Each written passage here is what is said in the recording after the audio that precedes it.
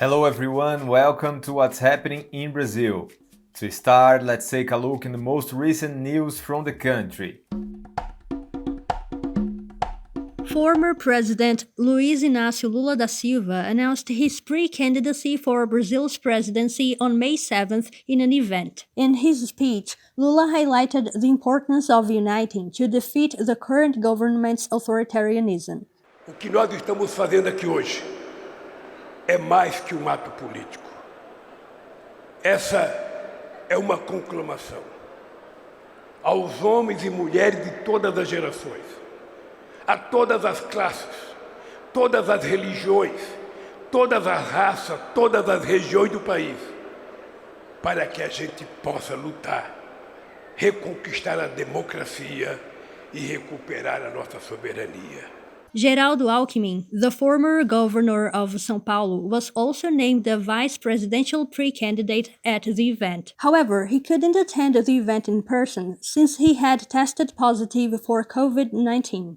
Alckmin's presence on the ticket was discussed on the Brazilian left. The former governor of São Paulo is known for ordering the police to violently repress demonstrations, besides having supported the coup against then-President Dilma Rousseff in 2016. To seal the union of former political opponents, both Lula and Alckmin mentioned educator Paulo Freire, who used to say that, quote-unquote, it is necessary to unite those who disagree with each other to confront those who are antagonistic. The Brazilian government boycotted inspections against mining on Yanomami lands, says an entity which represents federal civil service employees for the environmental area. According to the organization, the last operation in the region took place 5 months ago. Recently, claims were made that miners had allegedly committed murder and rape against indigenous children in that territory. Junior Recurari Yanomami, who posted the accusations on social media platforms, says he's being threatened by illegal miners. Brazil's federal police went to the area where the crimes supposedly took place, but found no material evidence since the body of the 12-year girl allegedly raped and killed was cremated following the Yanomami tradition. Investigations continue. A few days after accusations were made, Junior posted a video showing the village burned down. All its residents were missing. Following an analysis conducted by indigenous individuals, the possibility of attack was discarded. According to Yanomami tradition, when a loved one dies, the village is burned and the residents move to another location. Fanti Ashanti House in the city of São Luís, Maranhão's capital city, is an important place for afro-diasporic religions in the country.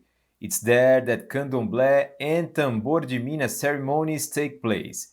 Recently it was attacked by fundamentalist evangelical groups.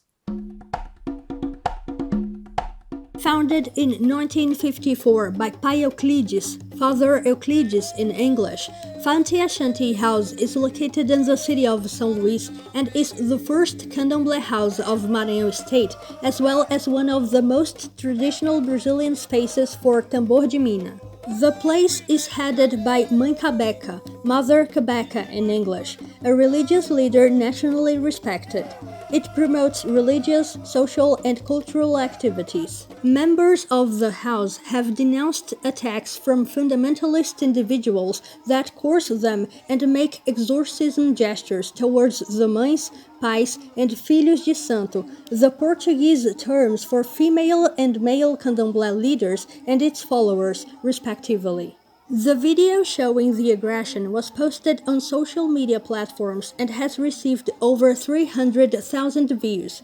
The case is being followed by the Public Defense System and other state bodies. This event scared us profoundly, but it is just the culmination of many other acts that have been taking place daily, with cursings from some of the members of this church. We are very concerned because here at São Luís we have seen many cases of disrespect, invasion, and attack against sacred temples of African diasporic religions. In addition to sentences due to the criminal offense, The offenders may also be liable in the civil sphere, having to pay compensation. They can also be convicted and obligated to stop the attacks so that Afro-religions, like any other religion in this country, have assured that liberty to practice its rituals and liturgies within their spaces of religious practice. It is a fundamental right guaranteed by the federal constitution. Maranhão's Human Rights Department informed that it listened to the community, after which the statements were relayed to the responsible bodies. It also highlights that the department has been working to build public policies collectively to tackle acts of religious intolerance. A week after the attacks, followers of African diasporic religions and traditional artists crossed the streets of the city of São Luís in solidarity with the Fanti Ashanti House and against religious racism. The action ended with a big celebration inside the house. Coco is a cultural tradition of the northeastern Brazilian states. Women's role is essential to pass on this legacy to the new generations.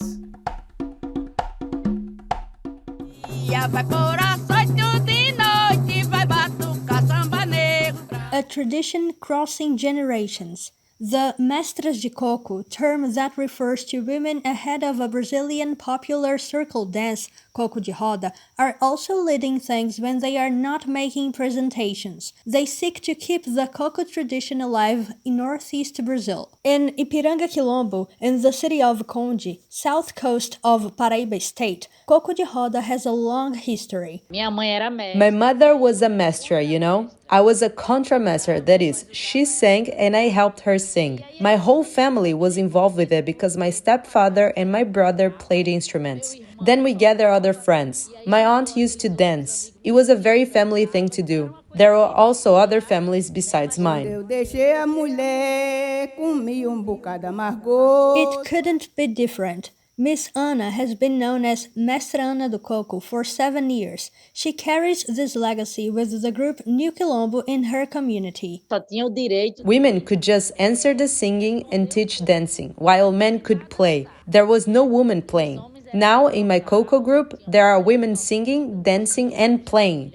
So we see now that women are taking this role very decisively.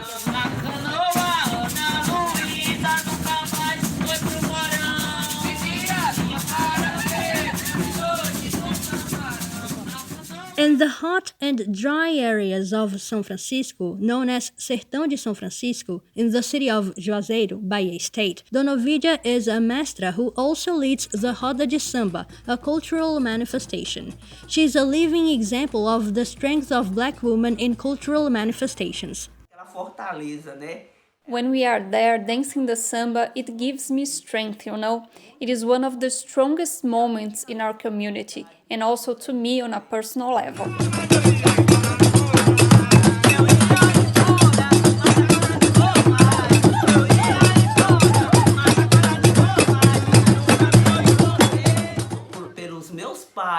It was part of my parents' and grandparents' life. I believe that today we must continue with it. I'm old, so I'm encouraging children and teenagers so that this important culture does not die.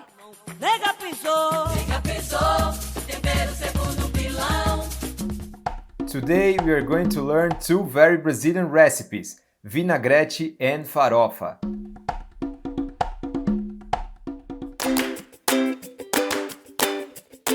Today's recipe is 2 in 1. I'm gonna make farofa and vinaigrette with a really special ingredient, manteiguinha beans, from the Santarém region, Pará state. It is a tiny bean full of flavor. We can apply to manteiguinha beans the same we apply to other types of beans. If you want to cook them in a pan other than the pressure cooker, soak the beans in the previous day. It will double its size, be hydrated, and cook faster. Let the cooked beans cool off in the cooking water so they don't dry out. It guarantees that it will remain creamy when used in a recipe. To prepare the vinaigrette, you make it like this. Mix the cooked beans with minced tomatoes without their seeds, red onion, cilantro stems, parsley, and sliced green onion and peppers. Season it all with salt, lime, and olive oil.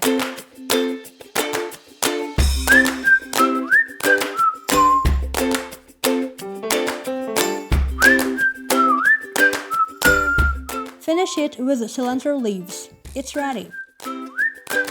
To make the farofa, you're gonna braise onion, garlic, parsley stems, and cilantro in a lot of butter. Add a big pinch of salt and let them all release their flavor.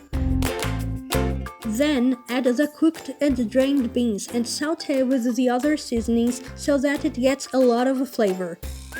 Add the pepper and half of the green onion and mix too. Then you will add manioc flour little by little until you reach the point you like, more or less moist. And finish the recipe with the green seasonings. Mix it all and turn off the stove. That's ready too. Musician Herbert Almeida was born in Belo Horizonte, the capital city of Minas Gerais state. For 20 years, he has been very active on the local art scene, mainly as a songwriter, player, and arranger. His first solo album was released at the beginning of 2020. Now we are going to listen to one of the album's tracks, featuring singer Carol Cirillo. Mais uma vez, recusei, recitei, me ausentei de ti. Fizeste primeiro, meu ex-atual companheiro. Did you like the show? So hit the like button and share with your friends. Don't forget to subscribe to our channel to receive notifications. We'll see you next week. Mesmo de partir, eu fico neste limbo, flutuando e pairando